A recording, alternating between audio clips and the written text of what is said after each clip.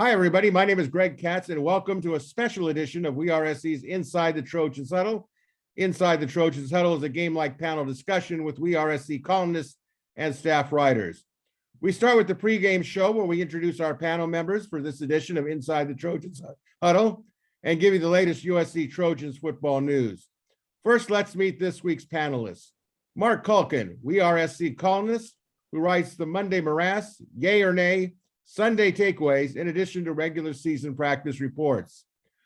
Chris Arledge, former William Jewell College DB and team captain, and WeAreSC columnist who writes the popular column Musings with Arledge. Kevin Bruce, former all-conference linebacker and team captain for the 1975 USC Trojans, WeAreSC columnist who also writes defensively and offensively speaking after every USC game.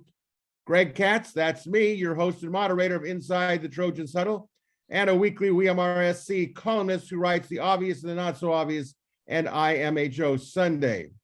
Now, before we kick off our defensive edition, special edition, here are some of the latest USC football news.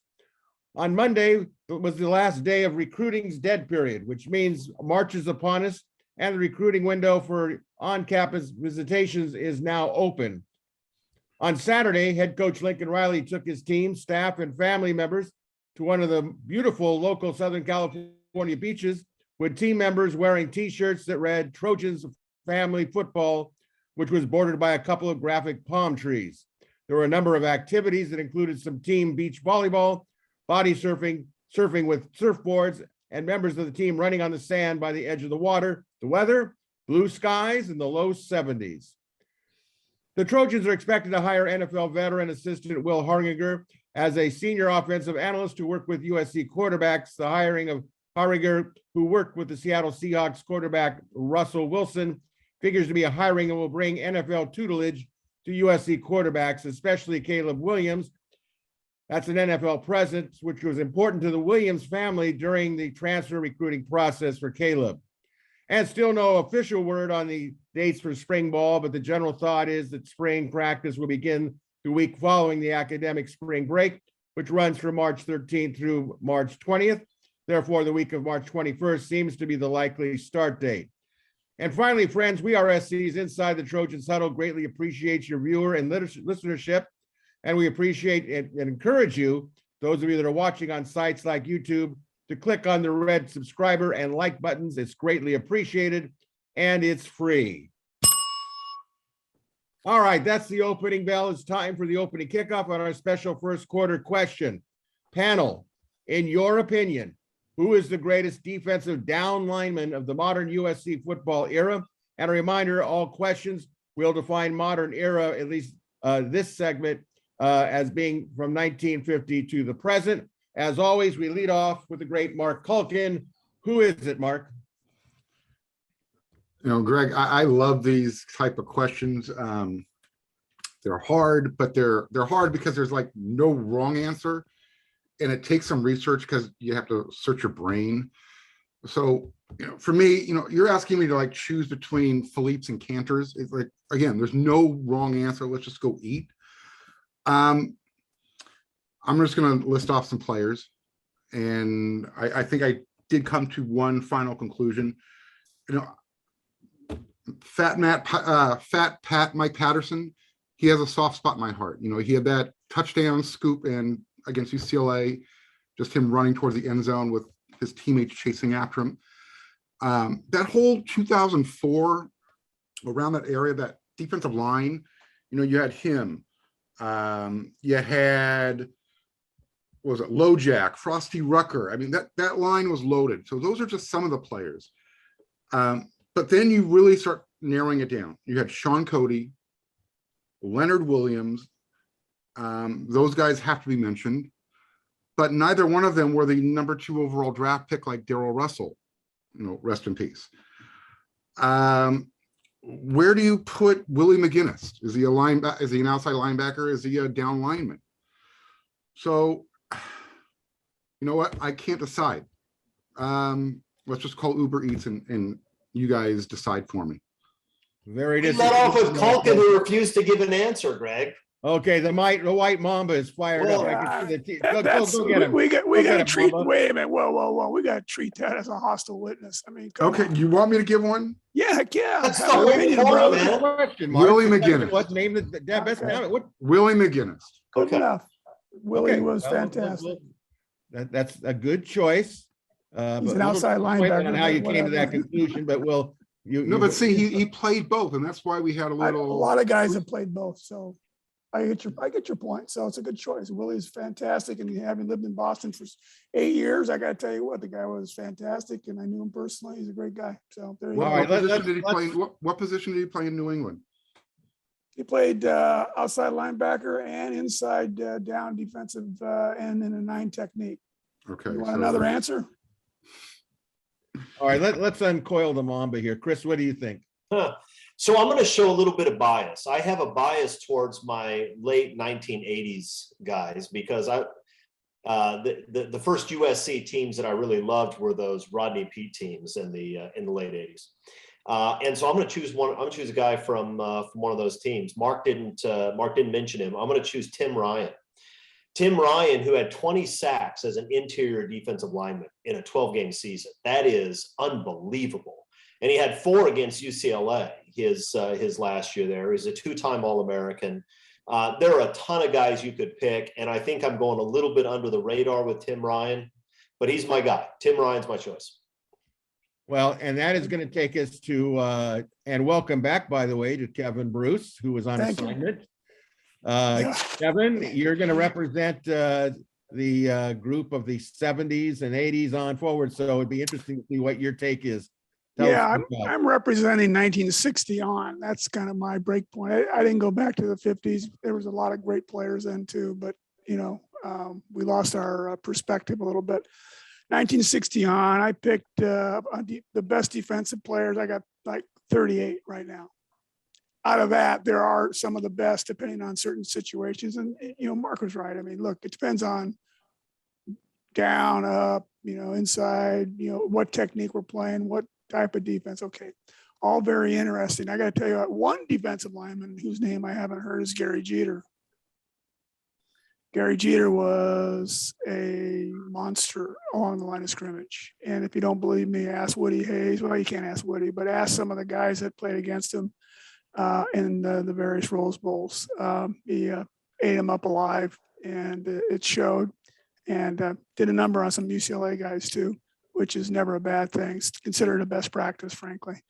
Fantastic player, but not frankly, not my choice for best defensive lineman. By the way, what is fascinating to me is of the 38 players that I chose into the various positions, the fewest number of outstanding, game changer, folks was a defensive line. Believe it or not. Yeah, we had a lot more other positions, whether it was secondary or, in my view, right, and secondary or linebackers. That said, I too had Tim Ryan, by the way. He was like one of my faves. George Achika is a name that I don't think anybody has come up with. George is famous for lots of things, but just ask UCLA. They'll remember, and this crowd will remember too. And the kicking game.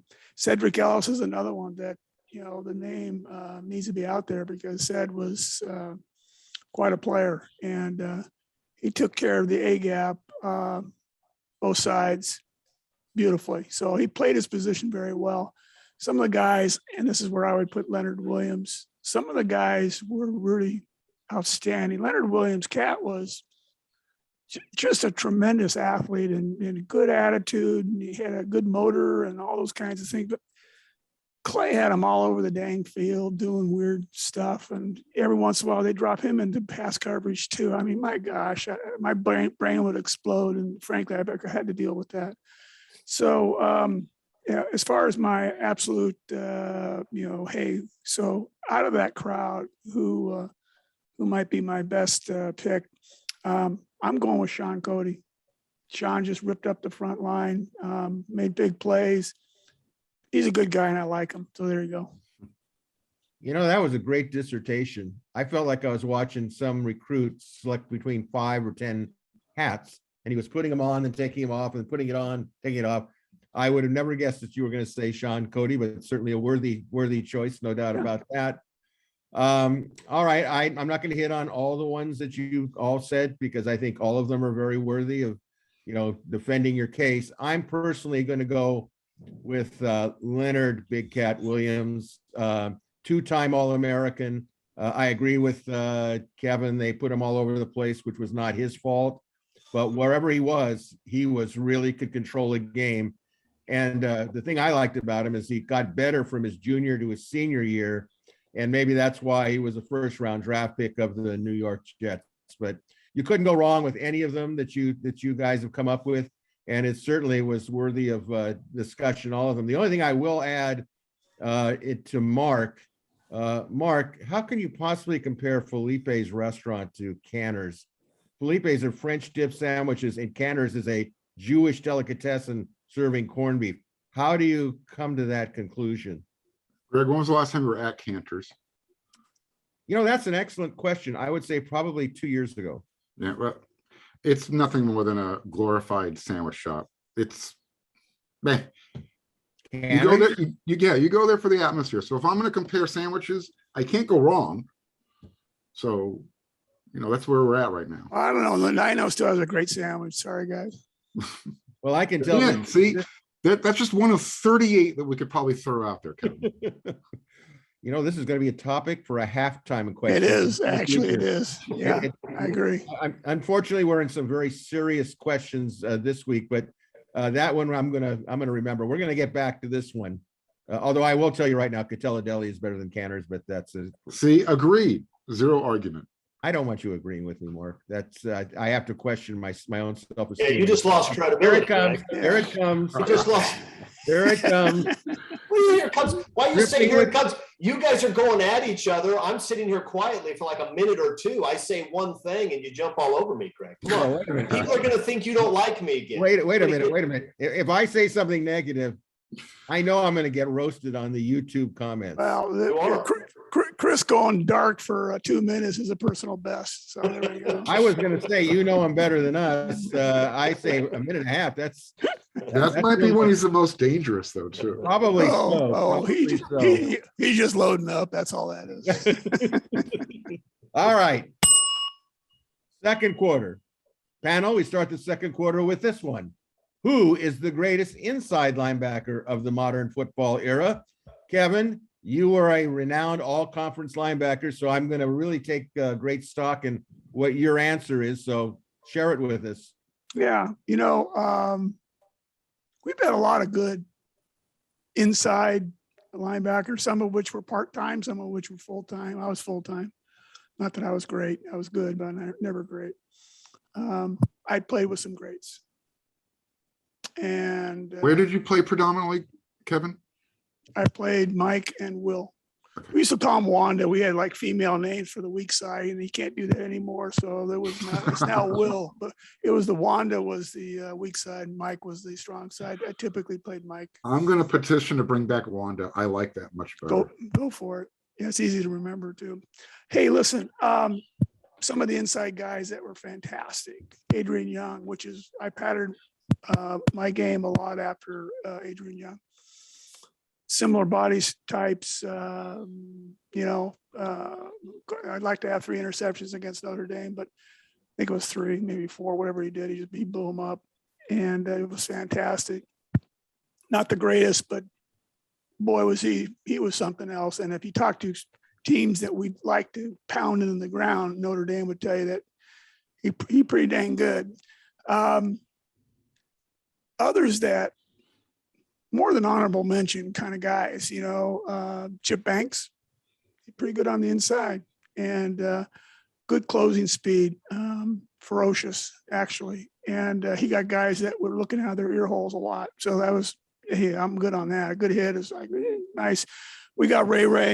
Ray was just, he's a physical presence, not a super well-positioned linebacker, but he made up for it with just sheer ferocity. I loved it. If he did hit you, it was pretty amazing. We all talked about, and when we were talking about UCLA game, the whack he put on the quarterback. I forget the quarterback's name. Patrick Allen. Yeah, he forgot his own name too. Oh, by the way, but he finished the game, so I'll give him credit for that. There's some others that clearly are pretty darn good. Chris Claiborne. How about Junior Seau? Rest in peace. Not too bad. Jack Del Rio, still in the game, and he's in the bigs.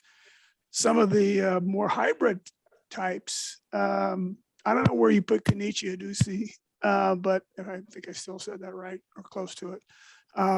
He was a game changer, and he did. Frankly, his play gave us the championship against Stanford. Clay Helton's single only championship. Lest never mind. Matt Grotegood. He was a safety playing linebacker, did a heck of a job. He was just an absolute nightmare to a quarterback. He was always popping up in places he shouldn't be because he knew where to go, and caused a whole lot of issues as a result.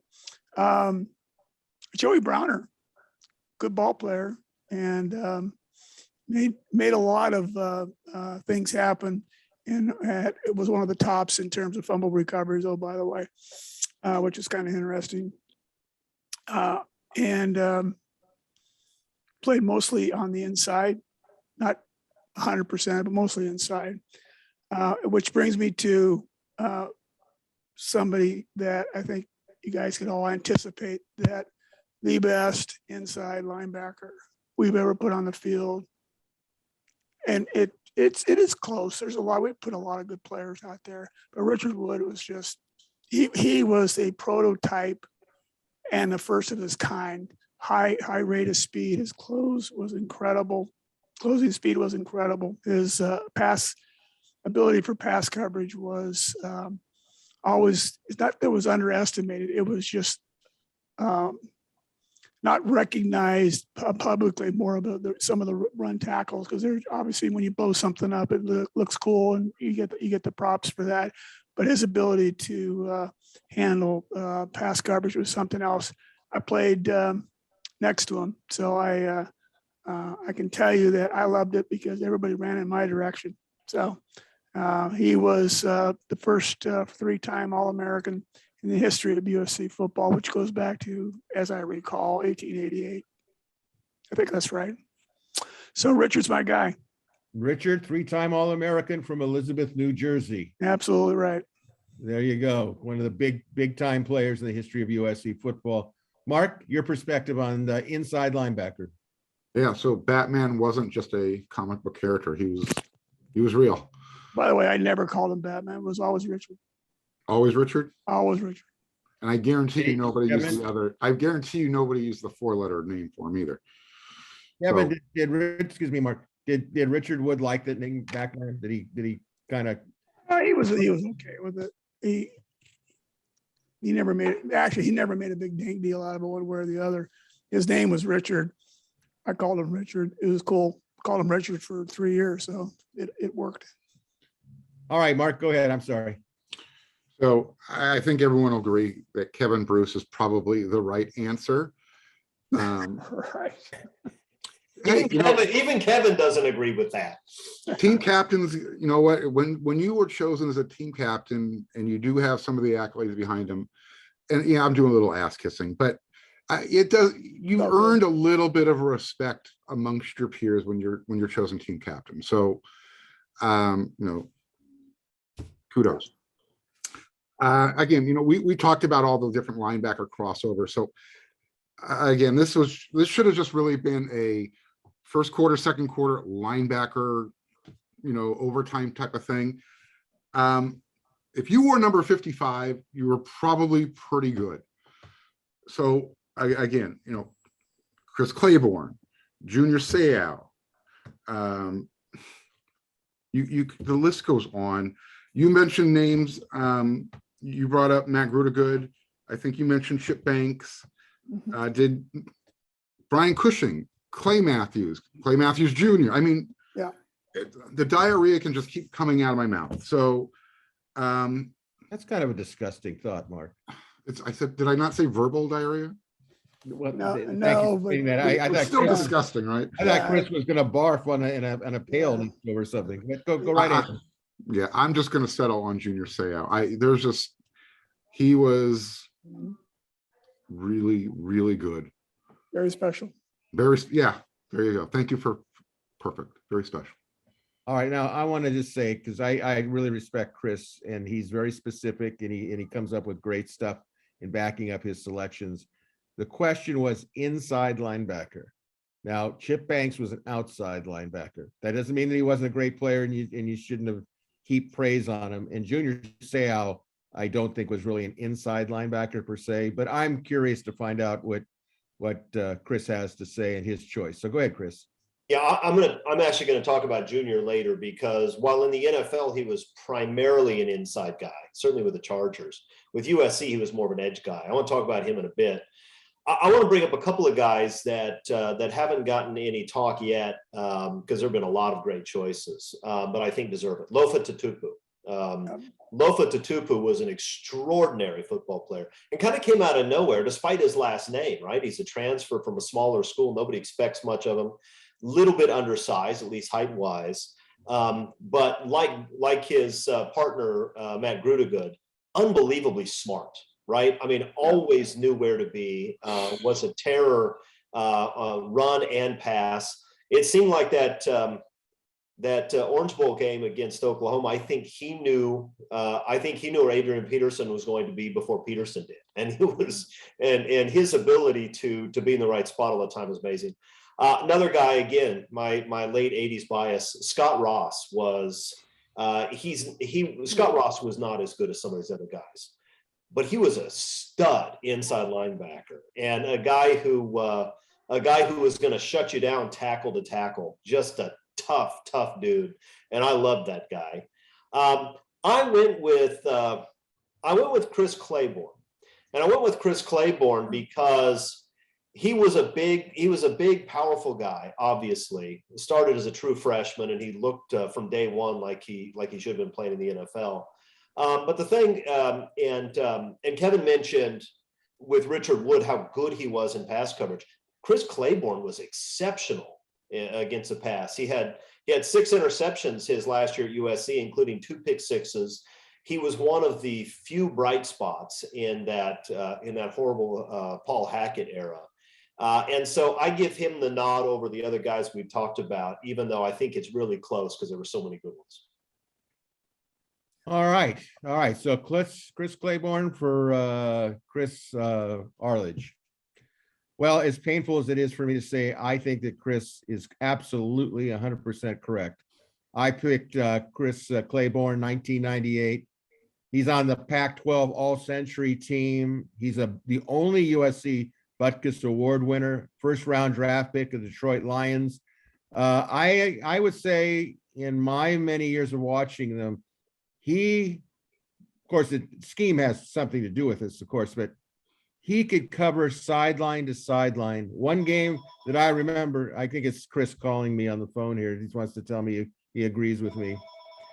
Nonetheless, I'll continue to talk. Chris, I'll get back to Chris. Who is that? Nobody ever.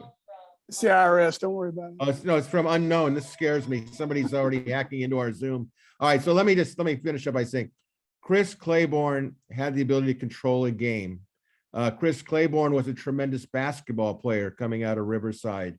Some people told me, well, he wasn't that good because look what happened in the NFL. Chris told me that he left the NFL because it was no longer fun. It was the no fun league for him. And he felt that rather than play a game that he so loved, that it was a job now. He didn't like it, but he stayed true to his love of the game by doing what? He goes into coaching. And last we know of him, he was at Arizona State coaching linebackers there. But no, Chris is absolutely 100% correct, in my opinion, that it is Chris Claiborne. I can't think of another player that could control a game like he did. I mean, he didn't even play on good teams. Richard Wood, who I absolutely think is fantastic, legendary player, he played on some good teams. He was surrounded by good players. So for me, it's going to be Chris Claiborne. And hopefully soon, SC will get another Butkus Award winner in my lifetime. So with that, Well, let's go to halftime. Generally, halftime, we have a kind of a fun question, but based on the number of things that we want to cover today, I went with another. No fun question? No fun questions today? Well, you're kind of the fun questions. You're the Oh. brevity for the telecast here and Do broadcast. I amuse you, Greg? You know, Chris, you always amuse me. You Am are I a clown? no, you're not a clown. You're All you're right. kind of, I don't even know what you're like. You're kind of like of your own kind, but well in all phases. So let me get to this question for you guys, because it's something that you all touched on a little bit. Outside linebacker. Who is the greatest outside linebacker / stand-up defensive end of the modern USC football era? Chris, you're on the clock. We've heard some of these names already. Willie McGinnis obviously has to get consideration. Dwayne Bickett and Jack Del Rio deserve some consideration for this. Extraordinary outside linebackers. And there's some other names. I'm not going to say them all because the other guys want something to talk about. I'll tell you who the best is, though, of all time, and that's Junior Seau. And he didn't play as long at SC as a lot of other guys. He played less games. He missed his first year because of academic issues. He left after his junior season. But Junior Seau's junior year at USC, he was a force of nature. And he continued to be that in the NFL for many years. The guy was just about unblockable, and I think he had 19 sacks that junior year. And you're just not going to, if you're going to chisel a football player, it would look like Junior Seau. He was big, he was strong, he was powerful, he was fast, he was intense. He was everything you would want a football player to be. And it may be that there are other guys who were as good, maybe. I don't think there was anybody who was better. All right, well, Kevin Bruce, is there somebody better? Look, Junior, his likeness belongs in the shrine of the greatest. So there's no question about it. I would tell you that Willie McGinnis did a heck of a job on the outside, both hand in the ground and upright. So I would argue that some of his career in the NFL showed others the same determination that he had. And, look, it is a no fun league. I mean, yeah, fair enough. And guys make their decisions on whether to play and not to play for all kinds of reasons. I know I did, so whatever. But Junior Seau is a game changer. And it's just why I pointed out Richard Wood as well, because Richard was the first prototype inside linebacker with that kind of speed. And I would say that Junior Seau, he did play a fair amount of inside as well, but in a different kind of technique. But when he was on the edge, that was his best use of his skills. And the offense had to know where he was on every play. And that's the sign of a defensive player, regardless of position, that is a game changer. And wherever he was, they had to do something special, because if they didn't, he would tear them up. So, yeah, Junior was very special. All right, we've got 2 for Junior Seau now. Mark, are you going to make it 3? What's your viewpoint? No, I picked Junior for inside. I'm gonna stick with Willie McGinnis. From what I mentioned back, that he played both equally proficient, and it's, as Kevin just said in his monologue, what he did at the NFL just solidified it for me. He was just an amazing guy, whether he was playing outside linebacker or playing defensive end. And everybody else, we've talked about other names already, so I'm just going to keep it short and stick with Willie. Okay. I want to just mention a couple of names, and then I won't make this long, but recognition to SC when they were in a 52 defense, Charlie Weaver and Jimmy Gunn. And I would be remiss not to also add Tim Rosevich, who was just devastating animal at a stand-up defensive end in a 52 defense. So, Charlie Weaver, we know from that legendary hit on Dennis Dummett, in the 69 USC UCLA game. Jimmy Gunn, unbelievable in the 67 game. I think his ligaments were all torn up and he was still sacking Gary Beeben. So kudos to them. But my opinion, as far as the outside linebacker, I don't know how you could not go with Junior Seau.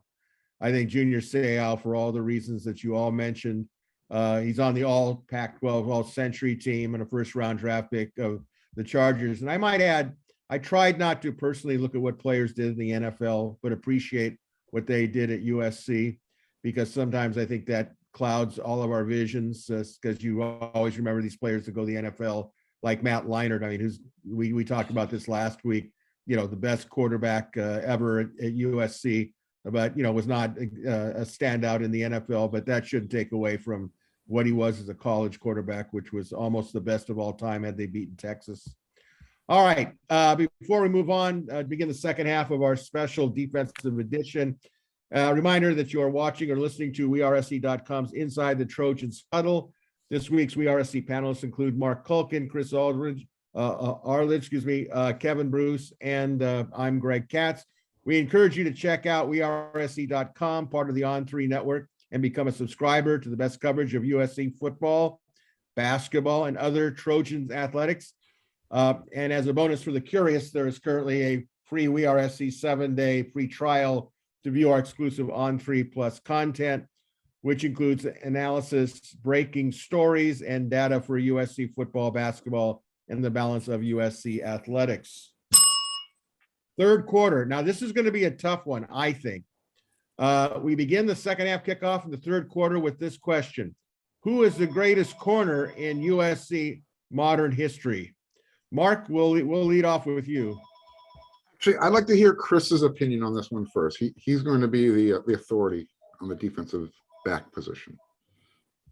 Okay, so that's one vote for me. So look, you have to make a judgment call as to where you're going to put the greatest defensive player in the history of USC football. And that's Ronnie Lott. Thank you. And I'm not going to argue that point. All of the names we've talked about are extraordinary players. We're going to get some others, especially at the safety position. Ronnie Lott may be the greatest football player, period, in USC football history. And he's certainly the greatest defensive player. So he's most known as a safety, particularly in the NFL as a free safety. But he played corner at USC. He also played safety. In fact, he played corner in the NFL too. He played everywhere. Wherever you put Ronnie Lott, he's the best guy. I don't know that he is a modern corner in the sense that he's not a guy who's going to shut people down the way Deion Sanders would have. That wasn't really his game, although he was a good enough cover guy to make Pro Bowler as a corner in the NFL. So yeah, he was great. So I'm going to say Ronnie Lott, and I'm going to say Ronnie Lott because there are a couple of other safeties I want to talk about, and wherever I put Lott, he blots out the sun. So I'm going to say Ronnie Lott. I'm going to give a shout out to Adoree, who was a fantastic athlete and a Thorpe Award winner and a great football player and a great corner. I think though that Adoree was as much. I think Adoree's Thorpe Award is as much a matter of his all-around excellence as a return man, a guy you give spot duty to on offense, and he may take a short pass 65 yards. And I think maybe, and I don't know that his corner play improved dramatically over time. I think he came in as a true freshman, about as good a true freshman corner as you'll ever see. And I think he improved, but I don't know that he ever became the level of cover guy that I expected him to be. That sounds like a criticism. It's not. He's a legend. He's fantastic. But I think in order to protect my safety picks, I'm putting Ronnie at corner, and that's my guy. Well, that's interesting because that is a tough one. Even when I saw it, I said, well, is he a corner? Is he a safety? So I think that the way you presented it was the right way to do it. But I have a sneaking suspicion I know the answer to this next to what Kevin's going to say. But Kevin, are you going to surprise me? Well, we'll see. Yeah, Yeah, look, I park Ronnie Lott. I had him in the safety category, but he does, as Chris pointed out, he just casts such a long shadow that, you know, it you know, blocks out, frankly, a lot of other folks from getting some recognition in our work here. In terms of cornerbacks, it's pretty interesting because Adoree was very effective. I think Chris is right. He got a lot of recognition for his other efforts, running offense, slot back, running fly sweeps occasionally, the one or two a game we'd ever run. And his special teams play was clearly, it would drive coaches crazy, frankly. And he did a great job. So I think that also casts a shadow with respect to his cornerback play, because his cornerback play was good, and generally he was effective in terms of shutting folks down. You know, it's a tough call. He did a great job. I think a true cornerback that handled both run and pass, because I wouldn't consider Adoree Jackson a great run cornerback, right? Was Danny Reese. Danny, all he did was lead the team in interceptions as a cornerback, and in a time when, you know, there was like maybe 20 passes a game, 25, unless you're playing Oregon at the time. And Danny could make that happen, but he also was a ferocious hitter and could manage the run game very well. And the game was more of a run game at that time. And so I'm not going to apologize. I think Danny is played as a heck of a cornerback. All right, so you say Danny Reese. All right, you know, we've left out some names. Brian Kelly was a good corner. Probably was an interception away against Florida State from making a major upset in the Coliseum. Was a fine cornerback. Nate Shaw, going back to the early 60s, was All-America defensive back. But I'm going to say that of all of the ones that I saw, when you take into what all of you said into consideration, surprisingly, I'm going to go with Danny Reese too. And I saw Danny Reese when he played at Banning High School. You know, Danny was an all-conference player at USC. He was a captain of USC his last year, I think. Correct me if I'm wrong, Kevin. Yeah, he and I were the co-captains. We were also both honorable mention All-American. Yeah, and so you know, some people don't realize that Danny, because he's not generally a name that many people hear about, was a third-round draft pick for Tampa Bay and played a good number of years in the NFL. Obviously, John McKay picked him when John McKay went to Tampa Bay, and I think it worked out well at the time for both of them. Little note on Danny Reese: his father was a survivor of Pearl Harbor and the Arizona. He was on the ship that you see in Hawaii. They always take you out there as part of the naval trip to the Pearl Harbor and the Arizona. But his dad was on it and survived the Pearl Harbor attack. So it's just kind of an interesting sidebar on him. All right. That'll be the last time. Before we get off the corners, Sure. It's sort of interesting when you start to look at the different defensive positions. It's interesting to me how far below all of the other positions corner goes at USC. I mean, great. You're talking about legendary figures everywhere else, right? Everywhere else, and when you get to corner, we're talking about guys who were really good. I'm not trying to say they weren't, but not Junior Seau good, right? I mean, not Ronnie Lott good. I mean, I put Ronnie Lott as corner in part because there's so many great safeties at USC that I wanted to be able to give those guys some love, and part of it because unlike a school like Florida State, for example, USC just doesn't have that sort of tradition at corner, and it's sort of interesting that it doesn't. I'm not sure why.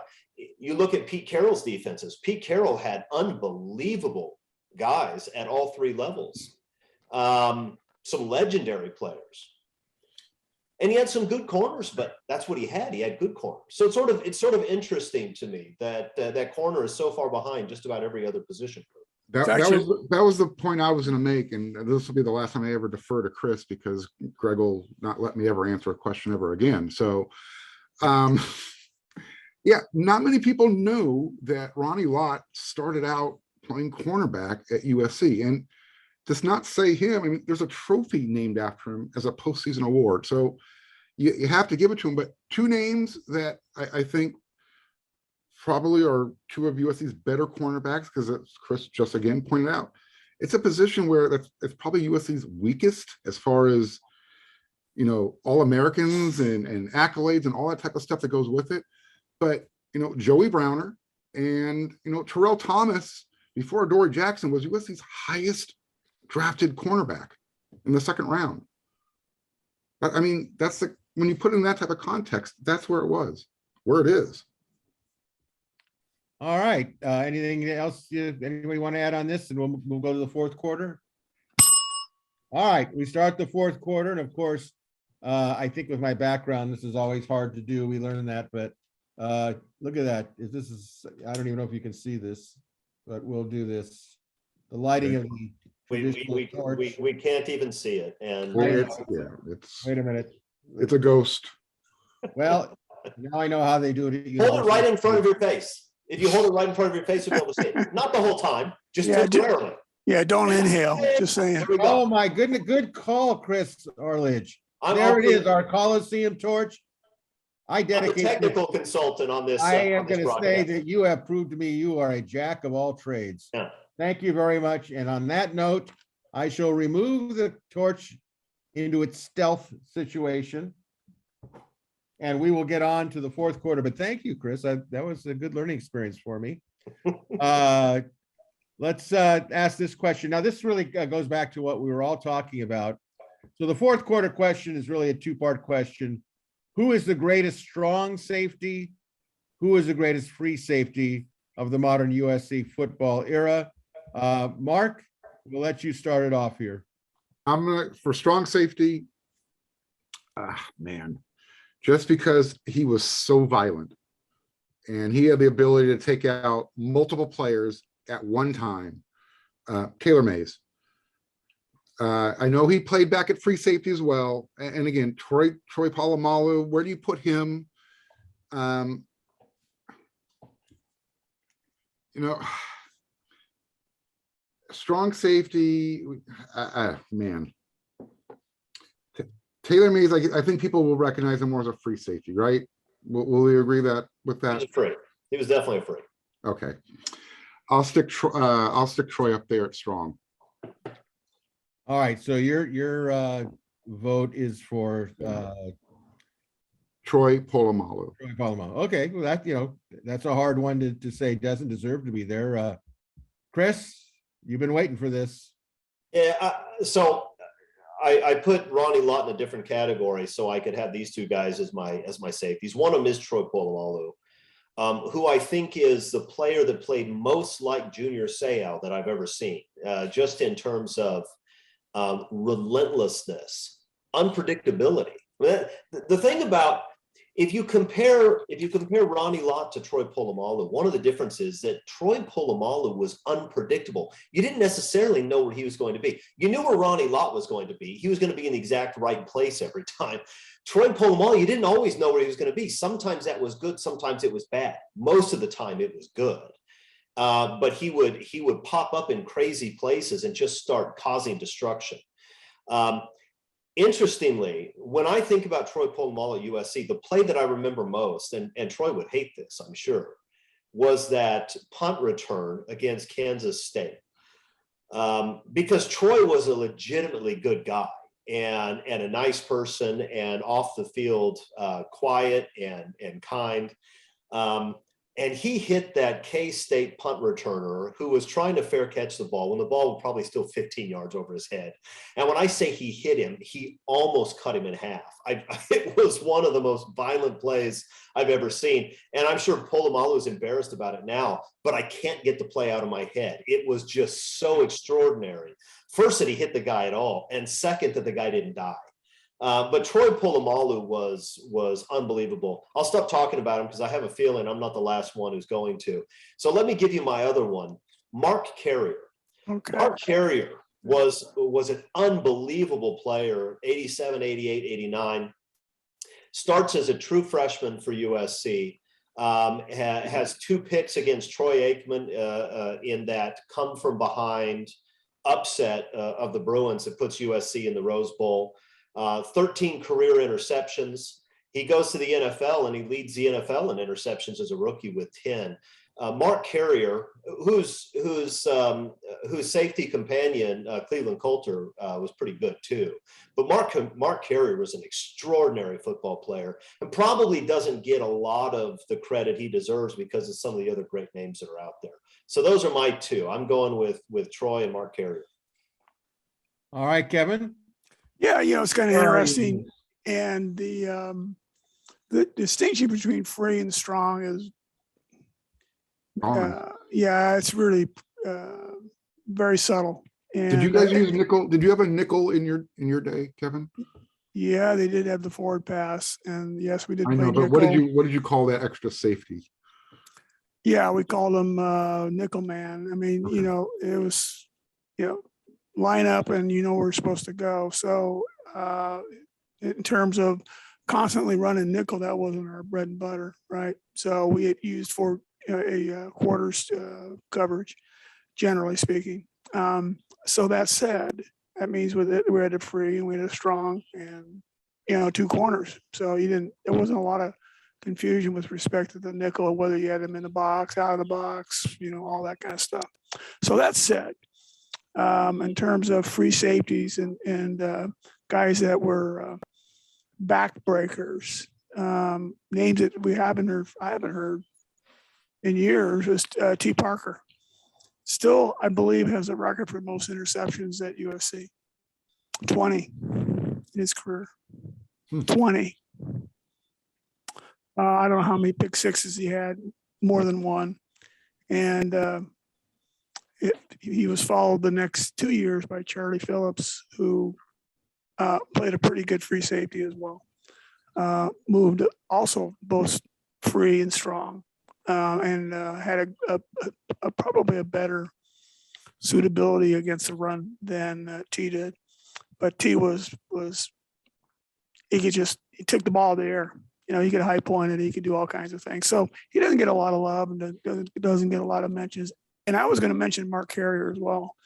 Here's a Jim Thorpe Award winner. We got 2, Adoree Jackson and Marc Carrier.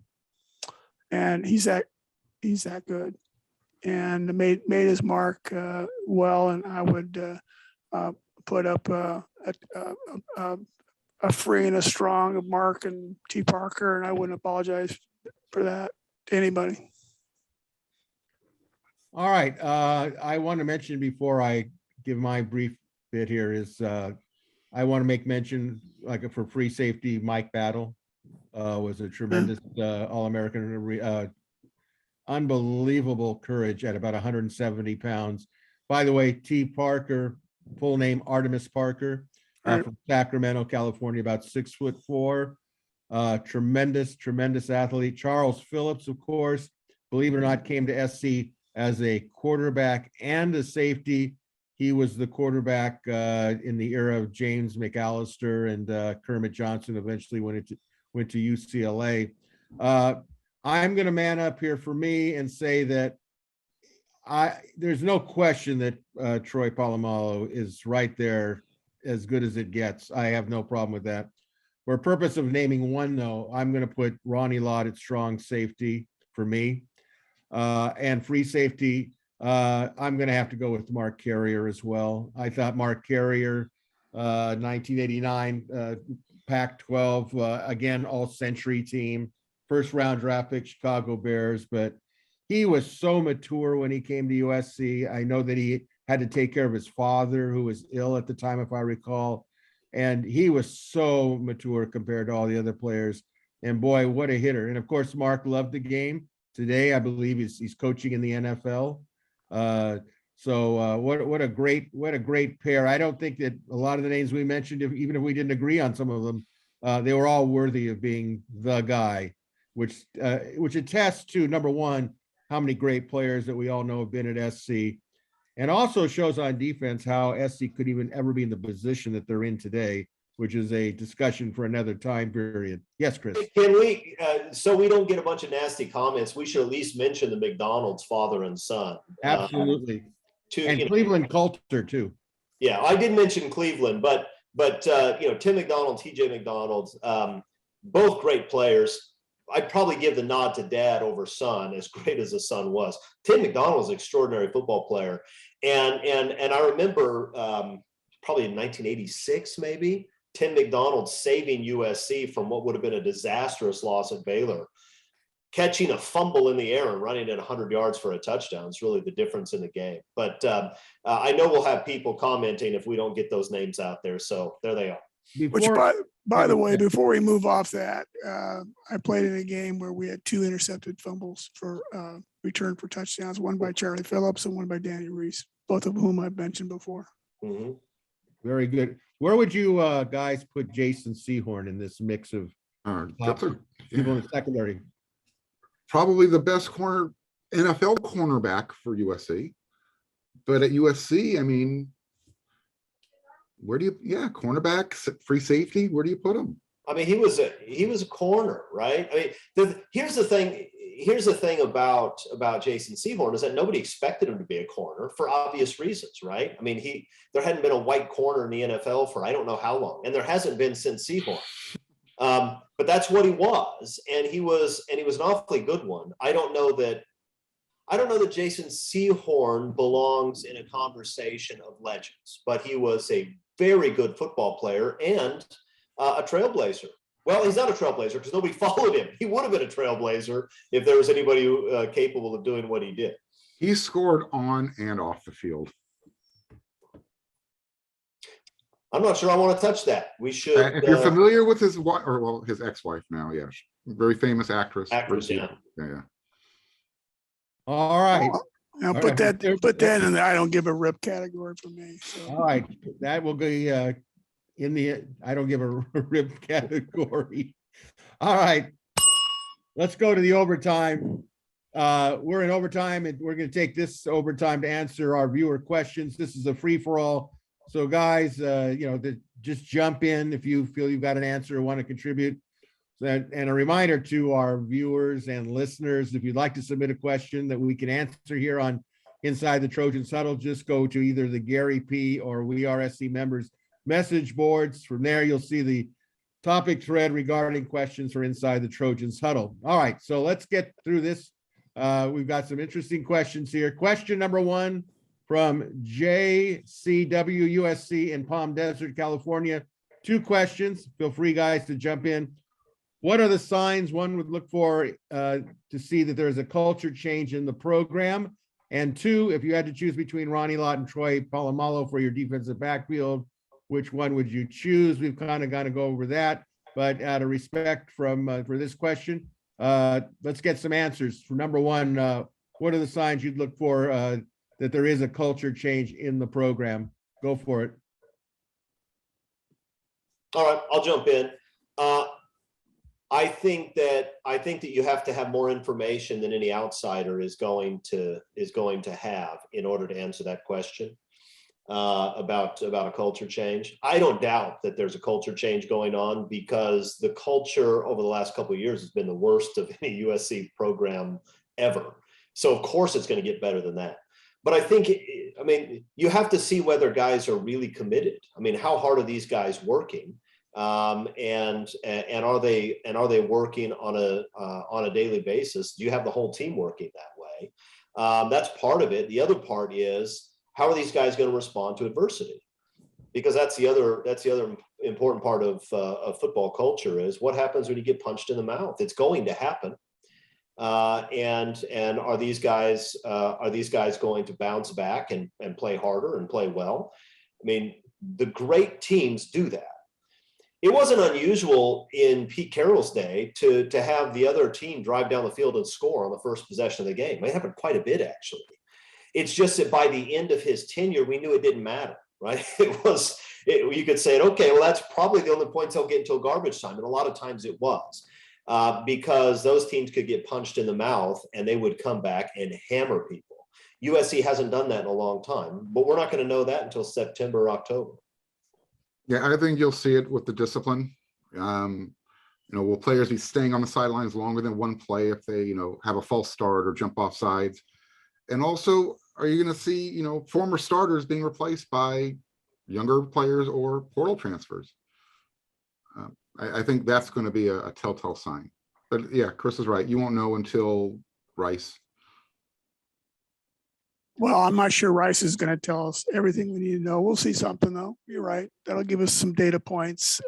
Prior to that, the data points really is practice observations, which are going to be limited. And frankly, try not to read too much into that. What I do look at is how many real football players is Lincoln Riley putting on the team and replacing some of the guys that we had that were not football players. It could have been good athletes. I don't care about good athletes as much as I care about good football players. And there oftentimes is a big difference.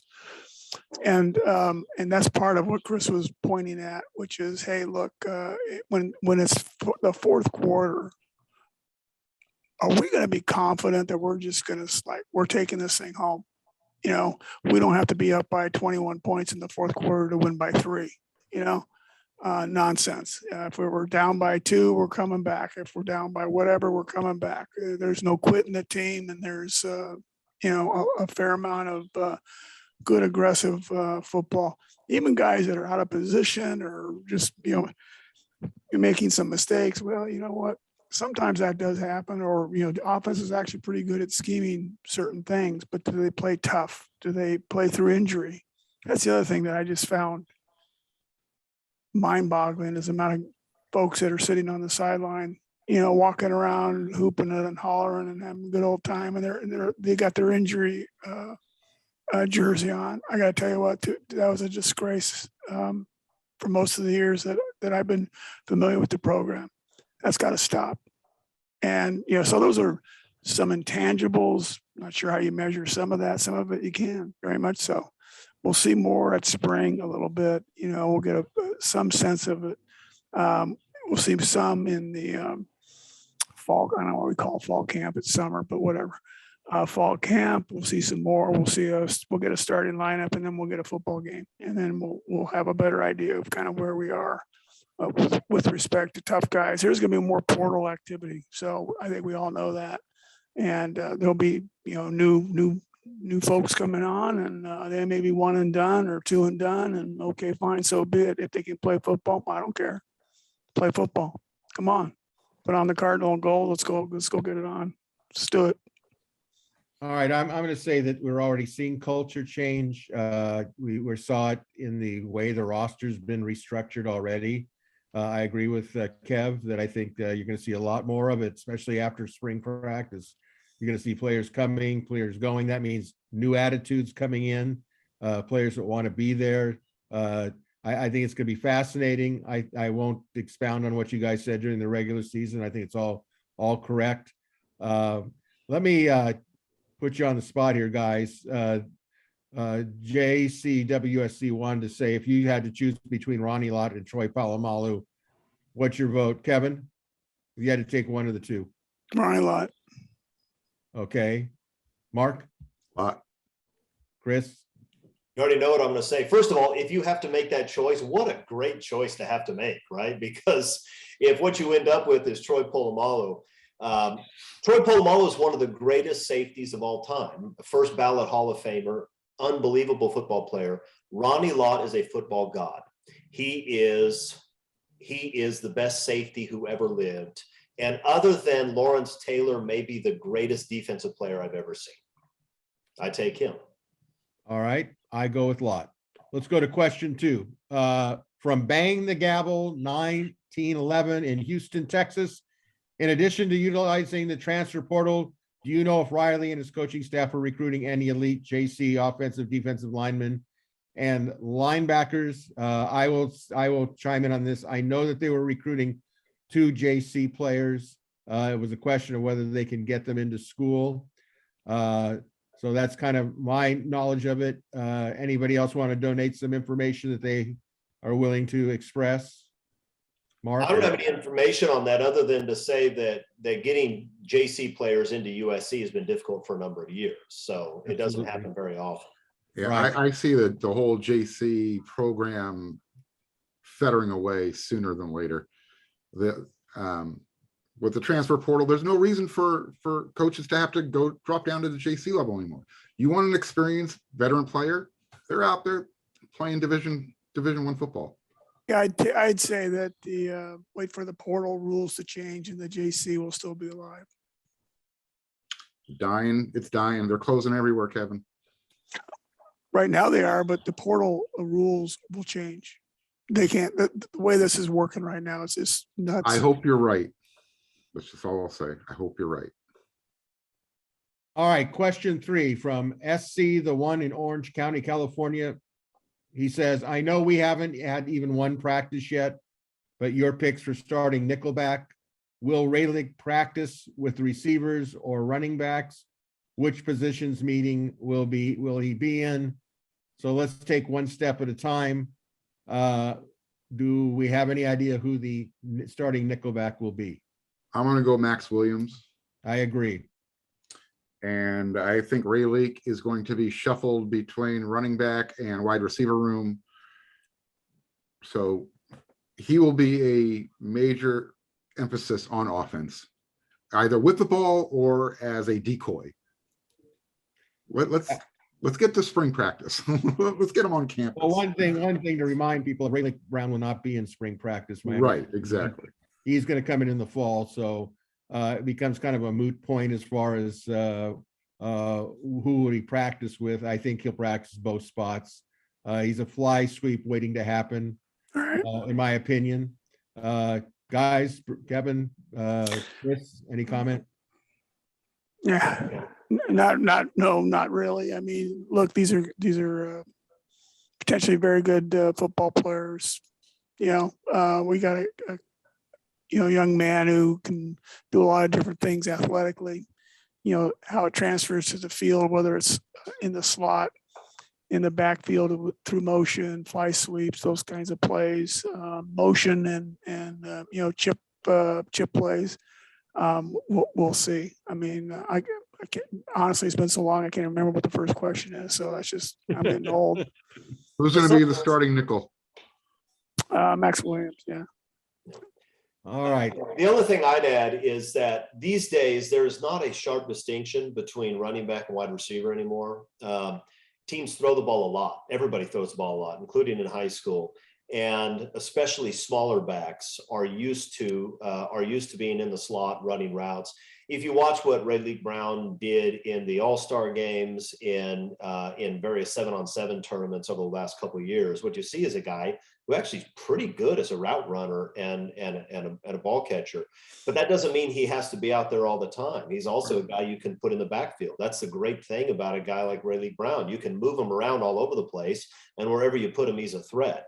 So, I don't know which team meeting he'll be in, but I'll say this, it doesn't really matter. He's going to line up in the backfield, and he's going to line up in the slot, and he's going to be all over the place, and he's going to get the ball in his hands. All right, question 4 from Gilbert, Arizona Trojan. I assume he's from Gilbert, Arizona. What happens to the players who entered the transfer portal but didn't find new homes? Are they allowed to participate in spring ball to maybe earn a spot back on the team? That is strictly up to Lincoln Riley.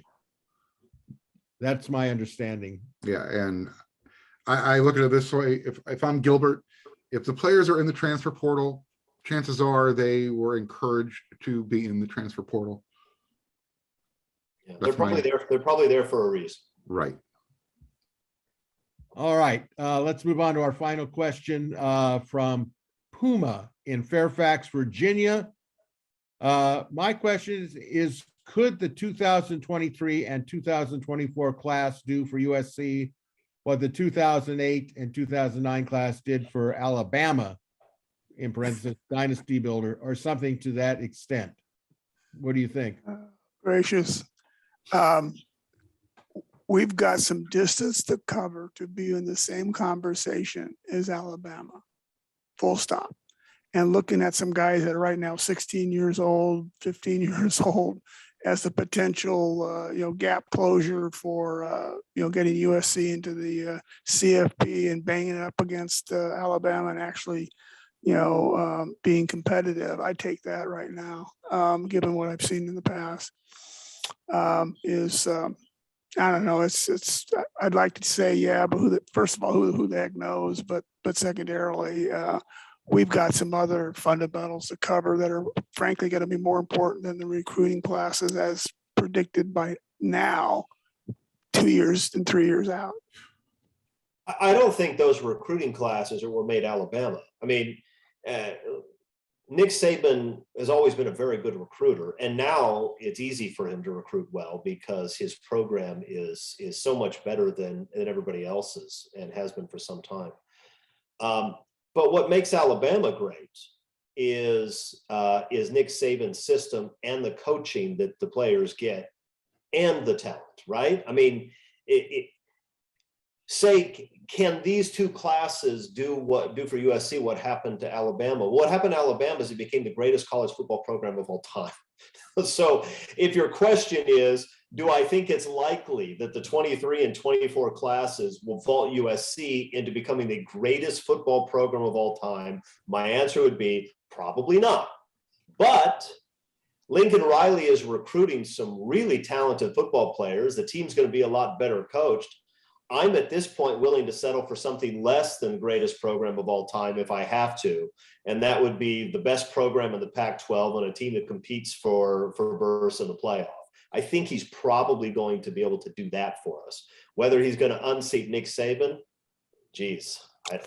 I think it's first things first. I'm with Chris on that. Look, we should dominate the Pac-12, which would first of all help the ratings of the Pac-12 network, which sucks. Frankly, that's I hate to say it's our heritage. It's only our heritage if we make it so. But let's go make it so. That's the starting point. Those are the controllables. Beat everybody who's on our schedule. That's a controllable.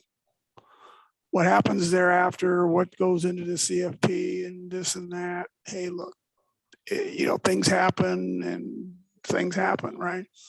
But who's ever on the schedule, whoever we lining up across, go beat them. And then have confidence in that. And then we'll go see what happens if we happen to run into an Alabama along that journey. Mark, you got something to add? Yeah, I was going to say the question was, or something to that extent. Yeah, if Lincoln Riley can have the 2023 and the 2024 class be a class of, ranked all-stars in conjunction with, the transfer portal, sure. Lincoln Riley can start building to something that Alabama already has. If that's the question, sure, there's a possibility. But again, we're forecasting in the future. And again, Nick did this before the transfer portal.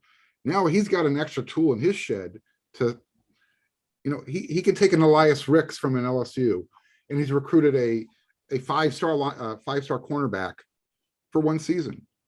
And that's a stopgap for the 2023 kid. So yeah, it's what Kevin was talking about. We're not USC's nowhere close to there, but it's going to start with recruiting, and it's going to really start with the staff surrounding Lincoln Riley. Chris, did you want to add anything? No, I've said all I need to say. Yeah. Okay. Well, I'll say this, that when you start talking about getting to a certain level of elites, obviously we know that the class of 2023 has got 3 or 4 5 stars already on it, but none of them are linemen. Until I see offense and defensive linemen that are high quality linemen, yes, I agree that they need to win the Pac-12. But when you start talking and you start throwing Alabama's name in there, and even currently Georgia's name in there and a few others, you could have the greatest 5-star quarterback or what have you, wide receiver, running back. It's all going to be neutralized at some level when you finally hit those teams that have those 4 and 5-star linemen and depth of linemen. So I would say currently, let's just watch the recruiting unfold. I think they'll have a great, well-rounded class for 2023. And it's a beginning. It's just like Pete Carroll had a beginning. And I think all Trojan fans should be grateful that if Lincoln Riley can bring up the quality of talent to the point where we can be in discussion of playing and competing against the Alabamas and the Georgias and what have you. So it's an interesting question, and only time will tell. A reminder, if you have a question for our panel, go to either of the USC message boards, click on the thread that pertains to the Inside the Trojans Huddle viewer or listener questions.